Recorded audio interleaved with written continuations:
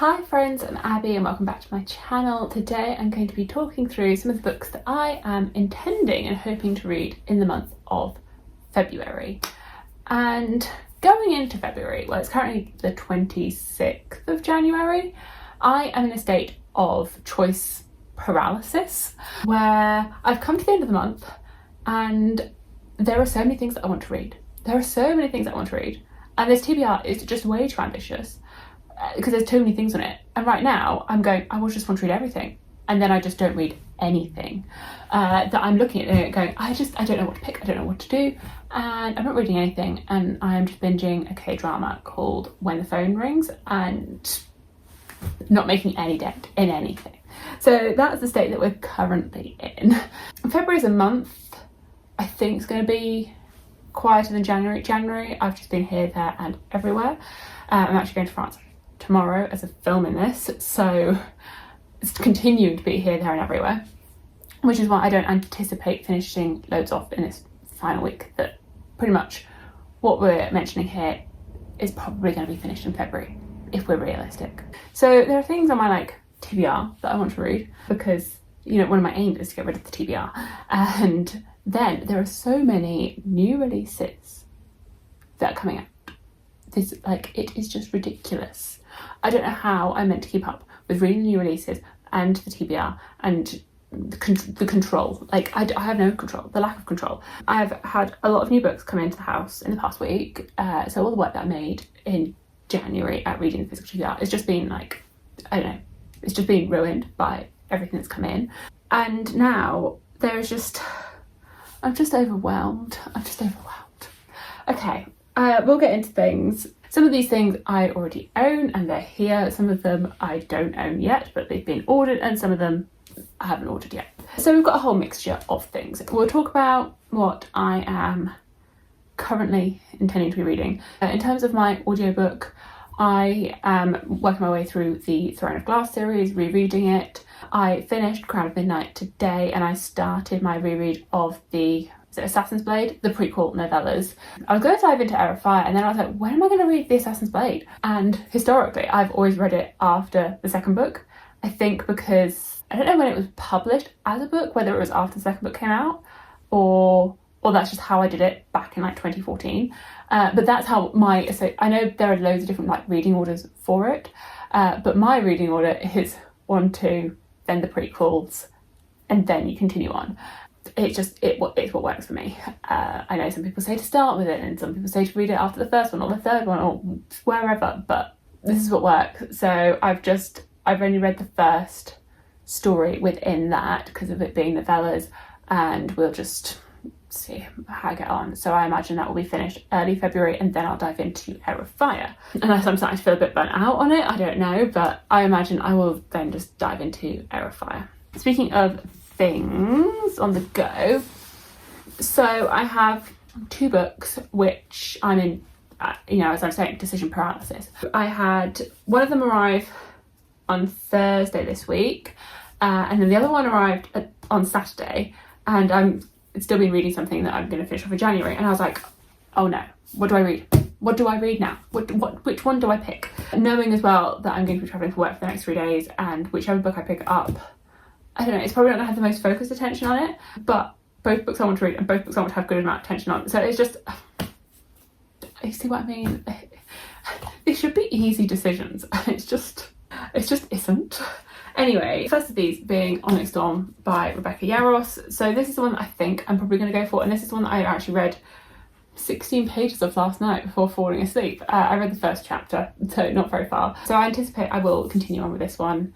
It's the one that everyone's been talking about. I want to read this before I see any spoilers, as I fear I will see spoilers. The spoilers are probably out there, and it's just pure luck that I've avoided them so far. So I think I will be diving into this one. Even my boyfriend messaged me on, I think it was a release day, and he went, Abby, have you heard of Onyx Storm?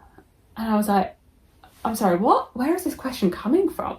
And this had been on BBC News, and I was like, I did not know this book had got that big. I knew it was big, but it's even getting into the mainstream media. Anyway, I intend to get to this one. It's the third book. If you don't know, and you haven't seen BBC News, it's the third book in the Fourth Wing Imperium series by Rebecca Yarros. We follow main character Violet, who enters into an academy where she is learning to ride dragons, and there's this threat of war that's on the horizon. And it is a romantasy, so there is a romantic subplot, that goes throughout it. The other one that then came along is one that I've requested from Orbit, and that's Emily Wilde's Compendium of Lost Tales, the third book in the Emily Wilde series by Heather Fawcett. I adore this series. I absolutely adore it. So this is why, for me, these two books, I was like, but which one do I read? Because of how much I've adored Emily Wilde. I've read the first two books. It's a cozy-ish fantasy, and we're following a main character, Emily, who is a academic on the topic of fairies. And in the first book, she goes to this remote Nordic island to investigate the fairies there, and she's followed by her academic rival, Wendell Bambleby, and then things ensue throughout this research process. I absolutely adored it, and I'm so excited to see where it all goes. I hope this ends strong, because I think this is the end of the series. I feel as though I could just keep reading this forever and a day, but I think this is the end. So yeah, when that arrived yesterday, I was like, but which one do I read? Another series that is finishing right at the end of January is the 5 Penalty series by Marina Lostetta. So I've read the first two books, the first book being The Helm at Midnight, and the third book, Teeth of Dawn, is coming out. I have that one pre-ordered from Forbidden Planet. If you're here in the UK, Forbidden Planet stock them, because Amazon Waterstones don't really stock the series. So if you are looking for it, Forbidden Planet. So yes, I've got it pre-ordered from there. We are set in this world where people, when they die, can put their psyche into these helmets, and then other people can wear them and gain your knowledge. So if someone was a doctor, they could put all of their medical knowledge into a helmet, and then other people would be able to have that medical skills after you have passed. But somebody has done this with the brain of a serial killer, and at the beginning of the book, the helmet of this serial killer gets stolen, and murders start happening in the same style again, and we follow Crona as she investigates it. It's got a much wider magic system than that, and wider world and politics at play, so I'm really excited to see how this all concludes. And speaking of sequels that I have ordered, I have ordered Cursebound by Zara El-Arifi, the sequel to Feybound, which I read last year, because I did do a HarperCollins order. HarperCollins just keep doing 40%, 50% off sales, and I was resisting buying loads of books, and then I realised I had loads of Harper books that I wanted to buy. And then when I got the email, it was coincidentally this week in between meetings, and it was 3 hours only, 50% off, and I went, fine, I'll buy the books. So some of them have already arrived, and I will have physical copies of them, but one of them was Cursebound, which hasn't come out yet, and this one is, Feybound, the first book. Yeah, we're following two sisters, and at the beginning of the first book, they get thrust into the Fey realm, following one of them being exiled from the community that they are in, and realising that the world is a lot bigger than they had realised, because they had thought that the Fey were all extinct. And it is quite romantic leaning, and I haven't personally found that to be Zara El-Arifi's strong point, but I am interested to see where it goes. I feel like this one is the make or break for the series. The Final Strife series I've really adored. The Feybound one, I think it's going to depend on how this sequel performs. Then in terms of some things that I already have, mix it up a bit, show you some things. I recently bought A Sorceress Comes to Call by T. Kingfisher.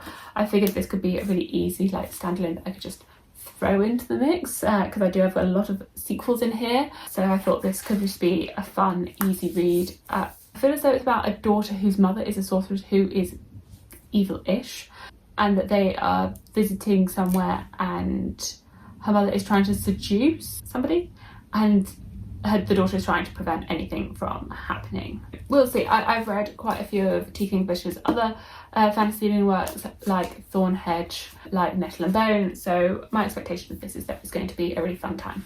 I then also have some sequels of some things that I started in January, so these are all sort of a little bit spoilery for my January wrap-up. It's a hint that I read the first books in January, and now I'm at the sequels.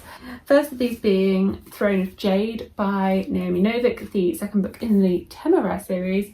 So I have bought a few of them now. I bought 2, 3 and 4 after reading the first book. These were all in the Harper 50% off sale. So I just thought I would gradually collect a chunk of them at a time, because there are 9 books in the series, which is quite a lot. So it's quite a commitment. So I've bought the next 3 after really enjoying the first one and finding it very engageable and just sort of quite easy to mix in. I figured like these would be the books that I would want to take on like a work trip, because I think they're quite easy to dip in and out of. But then Onyx Storm's come along now. Like now for my next one, I've got too many things that I want to read. In this reimagining of the Napoleonic Wars but with dragons, and we're following main character Will Lawrence, who at the beginning of the book is part of the Navy, and in their world it's sort of looked down upon a little bit to be a dragon rider, that you lose your sort of some of your positions within society, and he's worked his way up to being a captain in the Navy, and they discover on a French vessel a dragon's egg. And at which point he ends up bonding with this dragon, or this newly hatched dragon, and it goes from there as they enter into like dragon training and the continuous war that's going on between the English and the French at that time. So I'm looking forward to see how it all continues and seeing what's going to happen to both Lawrence, our main character, as well as Temeraire, his dragon. Another sequel, and this one would be a reread for me, is The Mime Order by Samantha Shannon. So I read The Bone Season in January, finally, because I'd wanted to read it for a couple of months, and so now I am ready to dive into the sequel, which is this one. I read the first one back in like 2014. I was actually looking back on my reviews. I'd written a little bit on Goodreads, and I did read them back to back, it seemed, in 2014, and I could hardly remember anything of that time. I just remember enjoying them. So excited to dive into this. Once I've read this one, the rest of the series I have not read and will be completely new to me, even though this feels like it's new to me. The first book, we're following a main character, Paige, who has some form of magic within it's sort of our world but not our world. Magic is condemned. It's looked down upon. If you have magic, then you are, and the government finds out, then you are punished and sent for trial, death. And at the beginning of the book, she gets caught, and instead of what she anticipates, she gets sent to Oxford, which has been a forgotten city. Things go from there. So I really thoroughly enjoyed the first book. I'm interested to see what happens next, because I've forgotten what happens next. So excited to dive into this one. And then a final sequel that I have that is intriguing to me, this is all like a pile of possibilities because I just want to read everything, and is Lady of Shadows by Melissa Kate Rorick. I read the first one in January, surprise, and now I want to get to the sequel. This is a fantasy romance series. It has a lot of similarities with Throne of Glass in that our main character is an assassin, and some of the sort of key some of the key characters that you see in Throne of Glass, you sort of see similarities and personalities within this, but I am definitely interested to see where this all goes. I've heard very good things about like the whole series and Melissa K. Rorick in general, that I thought the first book was good, but I feel as though it's meant to just get better and better. So interested to see where this all goes. Oh, and then a final couple of new releases that are just on my radar. We'll see if I get to them, because these ones I haven't already ordered. The first of these being A Grave Robbery, which is the 9th book in the Veronica Speedwell series by Deanna Raybourn. So I was reading all of that series last year, so I read 8 of the books, which were all in paperback. The 9th book came out last year, but only in hardback, whereas the paperback is releasing in February. I am anticipating getting to it and being able to continue being up to date on that series. Yeah, it's just figuring out whether I actually get to it in February or if I get to it in another month, but it is definitely on my radar as one to get to because of how much I enjoy reading each of those installments. We'll see, but each of them do stand alone. It's sort of like a murder mystery set in like Victorian times, where we're following a main character, Veronica, who is a lepidoporist, and her paramour, partner in crime, Stoker, as they investigate something or other. The other one that I haven't ordered that's coming out at the beginning of February, because there's so many releases in February, there's an overwhelming amount of things that have coming out, so many things, is Deep End by Ali Hazelwood, which is her latest romance. This one is centered around, like, I think it's college diving or college swimming, and that's all I know. That's all I know.